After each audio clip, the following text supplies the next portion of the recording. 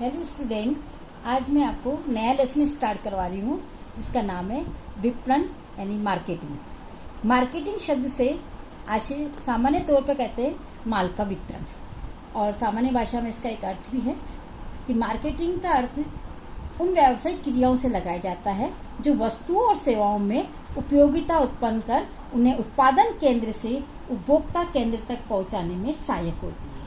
इसका मतलब ये है कि उत्पादक केंद्र से यानी उत्पादक वस्तुओं को उपभोक्ताओं तक पहुंचाने में जो जो क्रियाएं संपन्न होती है वो सब मार्केटिंग के अंदर आती हैं।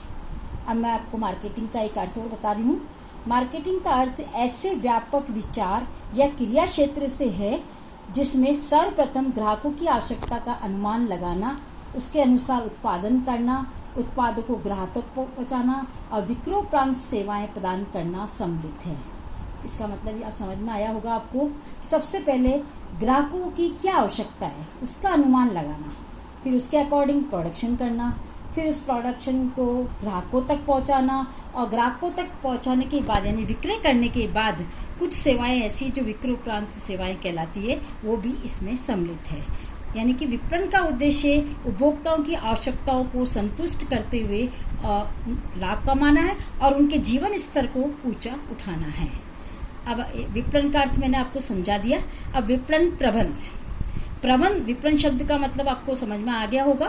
प्रबंध शब्द का तात्पर्य हो गया काम करना, काम करवाने की कला, वो प्रबंध कहलाता है। तो प्रबंध शब्द और प्रबंध के बारे में हम अगले लेसन में पढ़ेंगे। फिर यहाँ पर हम विपणन प्रबंध का अर्थ बता रही हूँ। विपणन प्रबंध समग्र प्रबंध की वह शाखा है जिसके अंतर्गत ग्राहकों की आवश्यकताओं का अध्ययन किया जाता है, उनकी संतुष्टि के लिए प्रभावी विपणन कार्यक्रमों का विश्लेषण किया जाता है, नियोजन किया जाता है, क्रियान्वयन एवं नियंत्रण किया जाता है। यानी कि प्रबंध एक ऐसी प्रोसेस है जिसमें नियोजन, क्रियान्वयन और नियंत्रण सम्मिलित है। विपणन प्रबंध विपणन विचारों, क्रियाओं और प्रयासों का वास्तविक रूप में क्रियान्वयन करना ही विपणन प्रबंध है। यानी जो भी हम प्लान करते हैं या जो भी हमारे मन में विचार आते हैं उनको वास्तव में करना ही क्या कहलाता है, विपणन प्रबंध कहलाता है। तो ये विपणन और विपणन प्रबंध का अर्थ मैंने आपको बता दिया है। अब नेक्स्ट टॉपिक है विपणन प्रबंध के कार्य, यानी एक विपणन प्रबंधक क्या क्या कार्य करता है। सबसे पहला कार्य है बाजार विश्लेषण के कार्य। बाजार विश्लेषण का मतलब ही होता है बाजार संबंधी सूचनाएं एकत्रित करना, उनका विश्लेषण करना।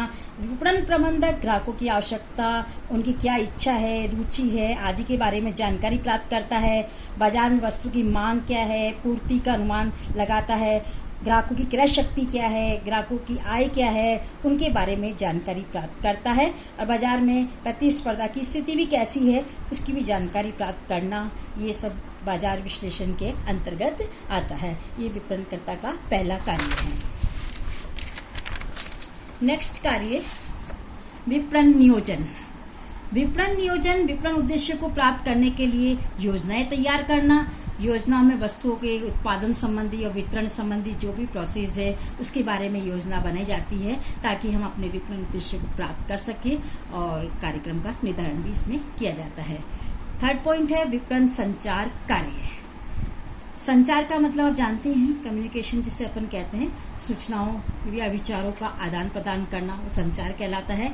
विपणन संचार के लिए विज्ञापन, विक्रय संवर्धन, विपणन अनुसंधान, विक्रय कला, प्रचार आदि के से संस्था अपने विद्यमान ग्राहकों और भावी ग्राहकों को आवश्यक सूचनाएं पहुंचाती है और ग्राहकों को वस्तुओं के बारे में जानकारी भी देती है और ग्राहकों से सुझाव और शिकायतें भी संस्था तक पहुंचती है। यानी कि ये द्विमार्गीय प्रक्रिया है।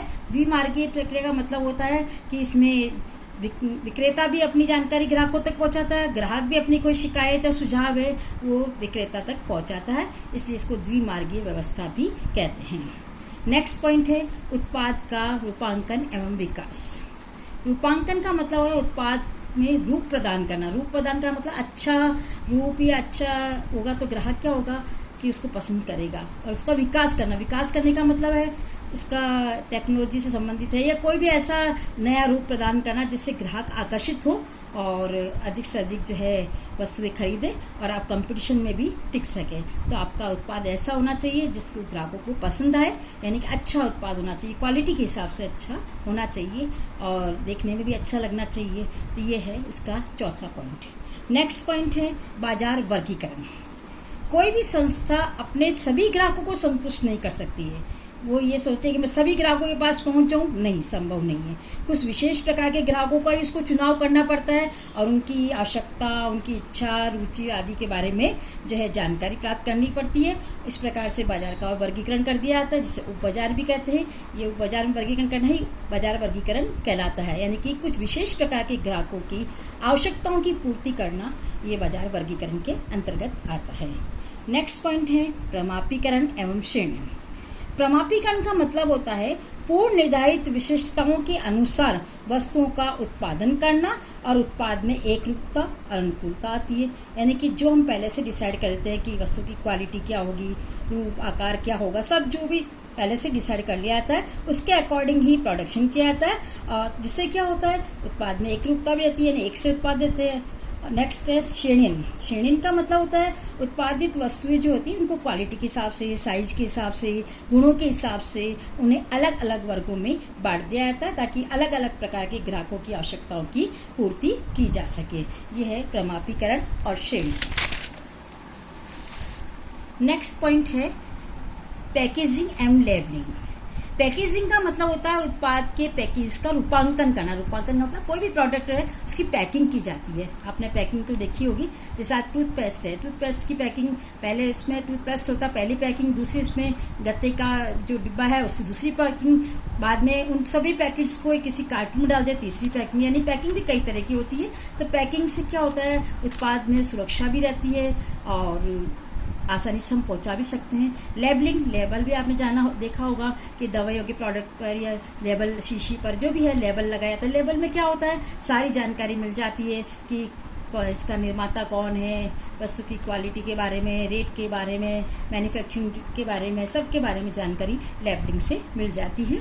और उपभोक्ता जो है वस्तु की पैकिंग और लेबलिंग से ही जो है पहचान जाता है। जैसे आपने अंकल चिप्स है, शैम्पू और टूथपेस्ट के बारे में देखा होगा कि ऐसे ब्रांड है जो आसानी से ग्राहक उसको पहचान जाते हैं। तो पैकेजिंग और लेबलिंग भी एक महत्वपूर्ण कार्य है। नेक्स्ट पॉइंट है ब्रांडिंग।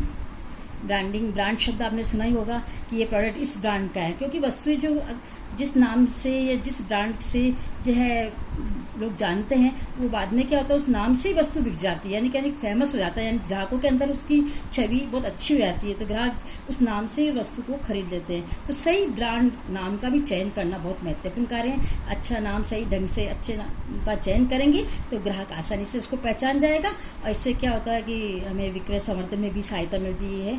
जैसे आपने रोटोमिक पेन है, पॉलर पंखे हैं, कई ऐसे एग्जाम्पल देखे होंगे ब्रांडिंग के, जो ब्रांड के नाम से ही वस्तुएं बिक जाती है। नेक्स्ट है ग्राहक समर्थन सेवाएं। ग्राहक समर्थन सेवाओं का मतलब ये होता है कि जब हम वस्तु ग्राहकों को बेच देते हैं तो उसके बाद भी ग्राहकों को कई प्रकार की सेवाएं देनी पड़ती है। जैसे बिक्री के बाद की सेवाएं, जैसे ग्राहकों की शिकायतें दूर करना, उन्हें साख सेवा यानी उधार की सुविधाएं देना, तकनीकी सेवाएं प्रदान करना, ये ग्राहकों की संतुष्टि के लिए आवश्यक है। इस प्रकार से ग्राहक समर्थन सेवाएं भी इसके अंदर आती हैं। नेक्स्ट है उत्पाद का मूल्य निर्धारण। उत्पाद का मूल्य निर्धारण जिसका भुगतान उत्पाद को प्राप्त करने के लिए ग्राहक को करना पड़ता है। वस्तु की मांग का उत्पाद से सीधा मूल्य से सीधा संबंध होता है। अगर मूल्य कम होगा तो मांग अधिक होगी, मूल्य अधिक होगा तो मांग कम होगी। इस प्रकार से जो है विपणनकर्ता को मूल्य निर्धारित करते समय बहुत सी बातों का ध्यान में रखना जरूरी है, क्योंकि अगर मूल्य सही निर्धारित होगा तो ही ग्राहक आपकी वस्तु को खरीदेगा और आप कंपटीशन में टिक पाएंगे। नेक्स्ट पॉइंट है विक्रय। इस कार्य के अंतर्गत विपणन विभाग का कार्य होता है माल का हस्तांतरण करना यानी विक्रय करना। इसके लिए माल का मूल्य, विक्रय की शर्तों का निर्धारण करता है, मूल्य सूचियां प्रकाशित करता है और विक्रयकर्ताओं की नियुक्ति करता है। ये इसी विभाग का कार्य है जो विक्रय कार्य के लिए जरूरी है। नेक्स्ट पॉइंट है परिवहन। परिवहन का आप जानते ही हैं कि परिवहन यानी माल को एक स्थान से दूसरे स्थान पर पहुंचाना, वो परिवहन के अंतर्गत आता है। परिवहन में हम जो है जल, थल, नभ अलग अलग मार्गों से परिवहन की व्यवस्था करते हैं। तो जो भी माल आपने बनाया है उसको ग्राहकों तक समय पर पहुंचाना, सही स्थान पर पहुंचाना, ये परिवहन के द्वारा ही संभव है। ये भी विपणन प्रबंधक का कार्य है। नेक्स्ट पॉइंट है संग्रहण। संग्रहण का मतलब होता है कि जब माल का उत्पादन होता है और बिक्री होती है, उसके बीच में समय का अंतर होता है। यानी कि माल का प्रोडक्शन तो किसी भी मौसम के में ही होता है। जैसे मान लीजिए आलू, सेब, गेहूं की फसल एक विशेष मौसम में ही होती है, तो उसको पूरे साल तक उसका उपयोग होता है। तो तब उनको हमें गोदामों में या संग्रह करना पड़ता है। तो संग्रहण का कार्य भी जो है महत्वपूर्ण है, क्योंकि मांग और पूर्ति में संतुलन बनाए रखने के लिए माल का संग्रह करना भी एक विपणन प्रबंधक का कार्य है। नेक्स्ट पॉइंट है वित्त व्यवस्था। वित्त की व्यवस्था या वित्त की आवश्यकता माल खरीदने के लिए, संग्रहण करने के लिए, विपणन विभाग के खर्चों को पूरा करने के लिए करनी पड़ती है। विपणन विभाग जो है उच्च प्रबंधकों को अपनी वित्त की आवश्यकता से अवगत भी कराकर वित्त प्राप्त कर सकता है। कभी कभी विपणन प्रबंधक स्वयं भी बैंक से या अन्य वित्तीय संस्थाओं से लोन भी प्राप्त कर सकता है। तो ये भी विपणन प्रबंधक का एक कार्य है। लास्ट कार्य है जोखिम उठाना। विपणन कार्य में जोखिम भी होती है। अब जोखिम जैसे कई प्रकार की है। माल नष्ट हो गया, माल की मांग में परिवर्तन हो गया, यानी ग्राहकों की पसंद बदल गई, उधार की वसूली नहीं हो पाई, आग लग गई, बाढ़ आ गई, कई प्रकार की जोखिम होती है जिसके कारण जो है नुकसान हो जाता है। तो उन जोखिमों को जो है हम दूर करने के लिए या जोखिमों से रक्षा करने के लिए हम उसका बीमा करवा सकते हैं। और यदि बीमा नहीं करवाएंगे तो जोखिमों का सारा भार व्यवसायी को खुद को वहन करना पड़ता है। इसलिए बीमा के द्वारा हम जोखिमों को कम कर सकते हैं। ये लास्ट कार्य है विपणन प्रबंधक का। आपको समझ में आया होगा। बाकी नेक्स्ट टॉपिक अगले वीडियो में भेजूंगी मैं। Okay, bye.